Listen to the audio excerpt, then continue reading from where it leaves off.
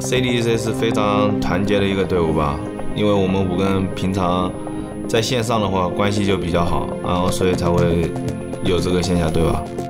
当时来 CDC 的话，目标很简单，就是打进 TI 吧，不管是外卡赛还是正赛。我觉得刚开始去西雅图，其实压力还是挺大的，因为毕竟我们还没有进到正赛嘛。然后在西雅图的话，我们就都想的是争取外卡赛出线嘛，然后没想后面的事，就是想走到哪一步是算哪一步吧。进到正赛之前，其实打 Vega 那场，其实压力确实是挺大的。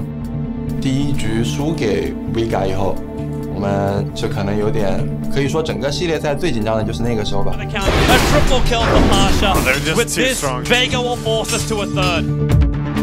但是最后我们顶住压力了，还是晋级了。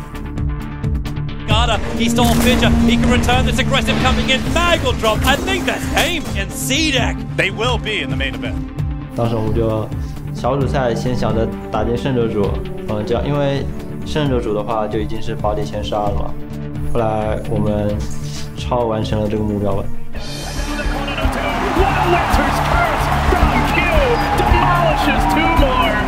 Wildcard team, no longer. This team has a shot at going deep if they can keep it up.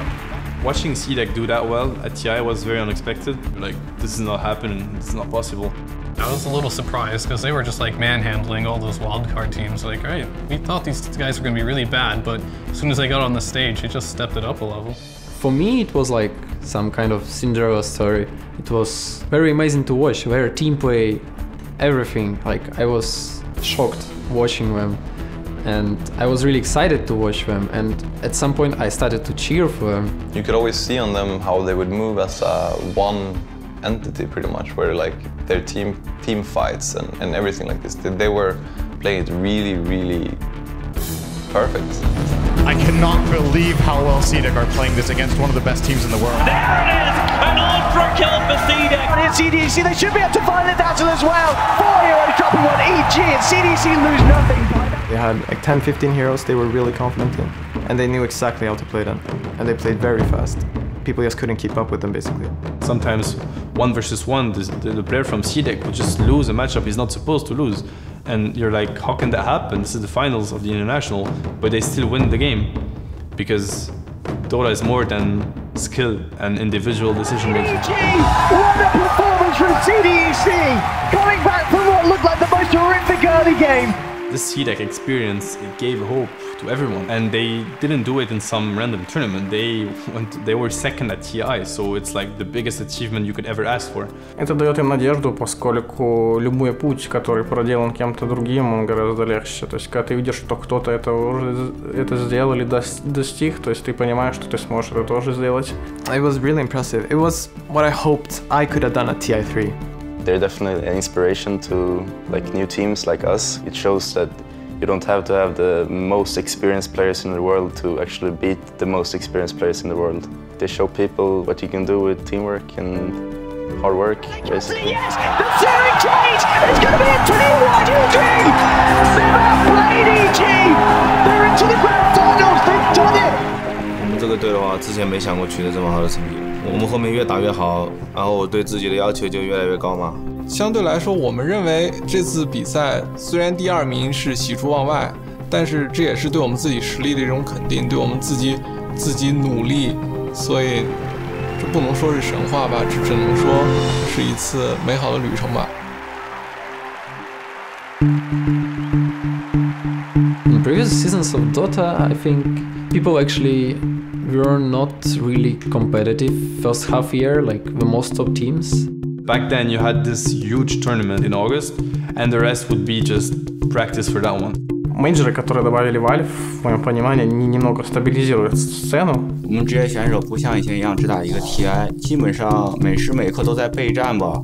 It's more interesting for viewers also because now Dota is super competitive. It's hard to think who will be good, who will be bad, because only 3 to 5 teams stayed with the same roster.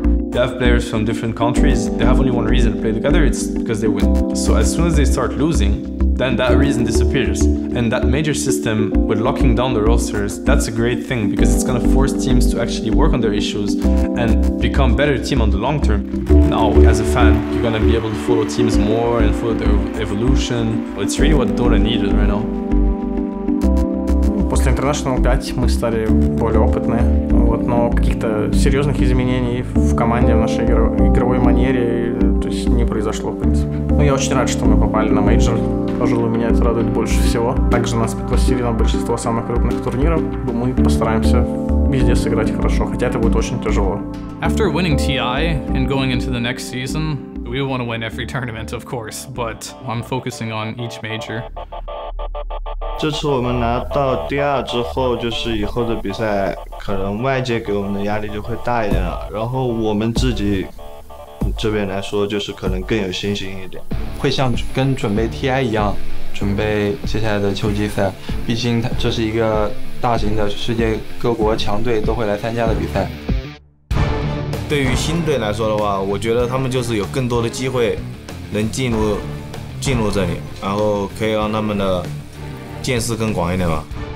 Nowadays, I think even the best team has to give almost 100% every game, because there will always be other hungrier teams that will find your weakness.